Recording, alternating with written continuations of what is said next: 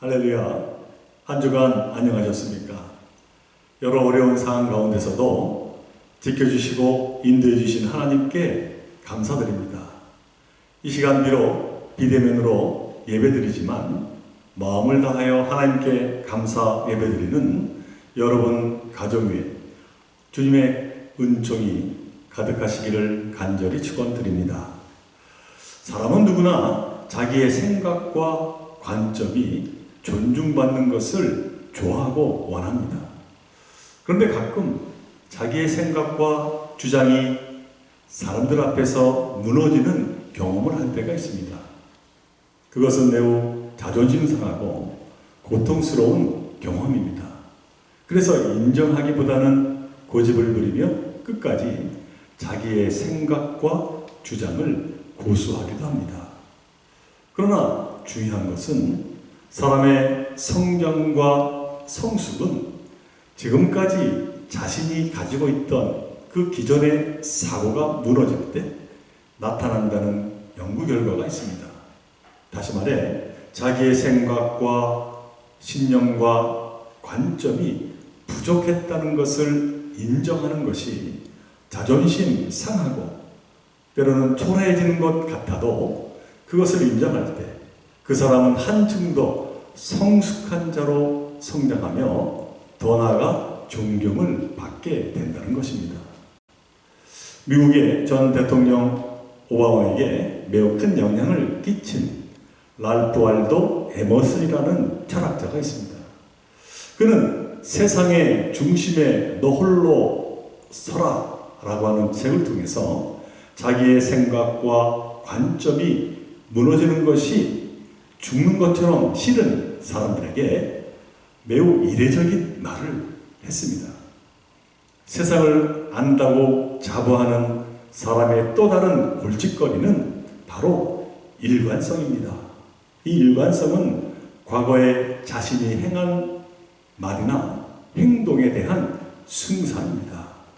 그러므로 자기의 어리석은 일관성, 즉 평소에 자신이 일관되게 철석같이 믿고 있는 자기만의 논리를 버리고 달아나십시오. 어리석은 일관성은 옹졸한 마음의 장난일 뿐 위대한 영혼과 어떠한 연관도 없습니다. 이런 말을 했습니다. 우리는 일반적으로 일관성 있게 살아가야 한다고 말합니다. 사람이 이랬다 저랬다 하면 안 된다고 생각을 합니다. 그런데 이 철학자 에머슨은 때로는 이랬다 했더라도 저랬다 해야 한다는 것입니다. 에머슨은 말합니다. 세상에 대한 나름의 풍부한 경험과 지식을 가졌다고 자부하는 사람들이 반드시 겪게 되는 실수 중에 하나가 바로 이 일관성의 고집이라는 것입니다. 그러므로 일관성의 고집에서 벗어나지 못한다면 결코 성숙한 삶을 살아낼 수 없다고 경고하고 있습니다. 그런데 이러한 일관성의 문제는 우리가 가지고 있는 신앙의 자세와도 매우 밀접한 연관이 있습니다. 저는 오늘 본문으로 사도행전 9장의 말씀을 택했습니다. 이 말씀에 보면 매우 중요한 두 인물이 나옵니다. 곧 사울과 아나니아라고 하는 인물입니다. 우리가 잘 아는 내용입니다만은 여기에 등장하는 사울이라는 인물은 사도 바울을 말합니다. 그는 사도행전 22장 3절에서 보듯이 길리기아 다스에서 났고 가말리엘의 문화에서 율법에 엄한 이제 교육을 받았습니다. 그리고 빌립보서 3장 5절에 보면 그는 8일 만에 할례를 받은 자요 베냐민 지파요 히브리인 중에 히브리인이요 바리새인이요 로마 시민으로서 너무나도 탁월한 배경과 더불어 능력과 실력을 지닌 사람이었습니다. 아마 이쯤 되면 사울 스스로는 세상 보는 눈을 제대로 갖추고 있다는 자부심으로 살아가도 전혀 무리가 없다고 볼 수 있습니다. 그리고 그러한 그의 관점에서 비춰볼 때 예수와 예수를 따르는 그리스도인은 기존의 유대 질서를 위협하는 참으로 천인공노할 무리였습니다. 그러므로 사울은 그러한 자들을 잡아들이고 없애는 것이 자신이 하나님께 받은 소중한 소명이라고 여겼습니다. 그래서는 팔을 걷어붙이고 다메섹이라는 곳으로 그리스도인들을 잡으러 길을 나서게 된 것입니다. 그런데 그러던 도중 이 사울은 예기치 못한 놀라운 체험을 하게 됩니다. 십자가에 피 흘려 돌아가신 예수님을 만나게 된 것입니다. 그 만남을 사도행전은 이렇게 기록을 하고 있습니다. 사도행전 9장 3절로 5절의 말씀입니다.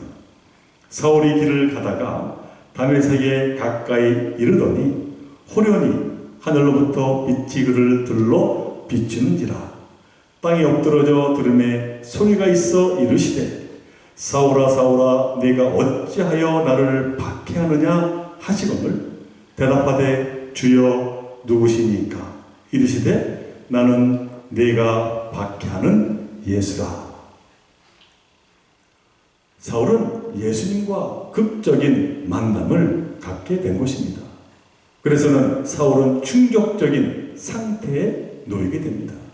지금까지 자신을 지탱해준 유대 율법주의의 지식과 관점 그리고 신념이 우르르 무너지는 순간을 맞이하게 된 것입니다. 사울이 가지고 있던 기존의 관점으로 볼 때 분명 심판을 받아야 할 대상은 예수와 그의 무리였습니다. 그러나 예수님의 빛으로 자신을 돌아보니 심판받아야 하는 대상은 바로 본인 사울 자신인 것을 깨닫게 된 것입니다. 사울은 자신의 신념과 소신이 무너지는 충격이 얼마나 컸는지 오늘 본문 8절로 9절에서 이렇게 말하고 있습니다. 사울이 땅에서 일어나 눈은 떴으나 아무것도 보지 못하고 사람의 손에 끌려 다메섹으로 들어가서 사흘 동안 보지 못하고 먹지도 마시지도 아니하니라. 스스로 마음의 눈을 걸어잠그고 식음을 정퇴했다는 것입니다. 그러나 사울은 예기치 못한 그 주님과의 만남으로 너무나도 힘들었지만 자신의 마음을 조금씩 열기 시작했습니다. 자기가 일관되게 지켜왔던 믿음과 신념이 한순간에 무너져 충격에 빠졌지만 더 이상 부정하거나 고집부리지 않았습니다. 오늘 보면 11절 후반부는 사울의 변화를 이렇게 설명하고 있습니다. 그가 기도하는 중이니라. 그러니까 사울은 자신에게 일어난 모든 상황을 그대로 인정하고 받아들이기 위해 기도하기 시작을 한 것입니다. 그러나 사람들은 일반적으로 사울처럼 갑작스러운 내적인 충격을 받게 되면 어떻게 됩니까? 아마도 머리가 복잡해져서 기도는커녕 아무것도 손에 잡히지 않았을 것입니다. 그러나 사울은 달랐습니다. 그는 기도하며 새로운 만남과 그에 따른 변화에 적응하기 위해서 필사적으로 하나님을 붙잡고 하나님께 나아간 것입니다. 우리는 여기에서 매우 소중한 교훈 하나를 만나게 됩니다. 그것은 성숙한 믿음은 이처럼 나의 편견 그리고 나의 과거의 잘못된 일관성을 내려놓는 데서 시작한다는 사실입니다. 참된 믿음은 나의 교만함을 내려놓고 길이요 진리이신 예수 그리스도만을 주로 고백하는 겸손으로 이루어가는 것입니다. 마태복음 8장 34절에서 35절 말씀 가운데 예수님이 무리와 제자들에게 이렇게 말씀을 했습니다. 무리와 제자들을 불러 이르시되 누구든지 나를 따라오려거든 자기를 부인하고 자기 십자가를 지고 나를 따를 것이니라. 누구든지 자기 목숨을 구원하고자 하면 잃을 것이요 누구든지 나와 복음을 위하여 자기 목숨을 잃으면 구원하리라. 이처럼 사울은 자기를 부인하고 새롭게 만난 예수 그리스도를 주로 고백하며 따르기로 결단하게 되었습니다. 그래서는 새 사람이 되어 복음을 사마리아와 땅끝까지 전하는 그리스도교의 가장 위대한 제자로의 사명을 완수하게 이릅니다. 사랑하는 우리 종교회 성도 여러분, 원하기는 이 사울처럼 잘못된 과거의 편견, 잘못된 일관성에서 벗어나 주님 안에서 바른 믿음을 세워가는 저와 여러분 되시기를 간절히 바랍니다. 자, 그런데 오늘 본문에서 이 같은 사울의 관련해 또 하나의 매우 중요한 사실을 이야기하고 있습니다. 그것은 다름 아니라 아나니아라고 하는 인물을 통한 예수님의 역사하심입니다. 결론적으로 말하자면 예수님은 이 아나니아를 통하여 사울을 다시 눈뜨게 하시고 사울을 성령으로 충만하게 이끄십니다. 오늘 본문 다음 절인 17절의 말씀입니다. 아나니아가 떠나 그 집에 들어가서 그에게 안수하여 이르되 형제 사울아, 주 곧 네가 오는 길에서 나타나셨던 예수께서 나를 보내어 너로 다시 보게 하시고 성령으로 충만하게 하신다 하니라 하는 말씀을 했습니다. 이 말씀은 우리에게 시사하는 바가 매우 큽니다. 곧 주님의 역사하심은 우리 가운데 그 누군가를 통하여 이루어 가신다는 사실입니다. 이처럼 신앙생활함에 있어서 믿음의 선배, 믿음의 동역자란 너무나도 소중한 존재가 아닐 수가 없습니다. 우리 중 그 누군가가 이 아나니아처럼 주님의 귀한 도구로 쓰임을 받을 수 있기 때문입니다. 아나니아는 믿음의 동역자로 주님의 부르심에 순종하였고 주님의 뜻을 이루어냈습니다. 자, 그런데 오늘 본문에서 우리가 눈여겨봐야 할 것이 하나 있습니다. 곧 예수님이 인정한 이 아나니아에게도 처음에는 주님과 다른 관점과 입장이 있었다라고 하는 사실입니다. 그리고 그 입장이라는 것이 어찌 보면 당연했습니다. 왜냐하면 당시 그리스도인이라면 사울의 만행에 대해 누구나 다 알고 있었기 때문입니다. 이 아나니아도 사울에게 직접적으로는 피해를 받지 않았지만은 사울이 어떠한 사람인지 충분히 알고 있었습니다. 그래서 오늘 본문 13절로 14절에서 아나니아가 주님께 이 사실을 이렇게 이야기합니다. 아나니아가 대답하되 주여, 이 사람에 대하여 내가 여러 사람에게 듣사온즉 그가 예루살렘에서 주의 성도에게 적지 않은 해를 끼쳤다 하더니 여기서도 주의 이름을 부르는 모든 사람을 결박할 권한을 대제사장들에게서 받았나이다 하거늘 하는 말씀입니다. 곧 사울은 그리스도인들을 핍박하기 위해 이곳에 온 유대의 앞잡이라는 것입니다. 이처럼 아나니아도 자신이 가지고 있는 관점과 입장을 기준으로 사울을 바라보았던 것입니다. 그러자 예수님은 이 아나니아와는 다른 사울에 대한 입장과 관점을 말씀하십니다. 오늘 본문 15절의 말씀입니다. 주께서 이르시되 가라, 이 사람은 내 이름을 이방인과 임금들과 이스라엘 자손들에게 전하기 위하여 택한 나의 그릇이라. 사울은 유대의 앞자기가 아니라 바로 주님의 손수 택한 소중한 그릇이라는 것입니다.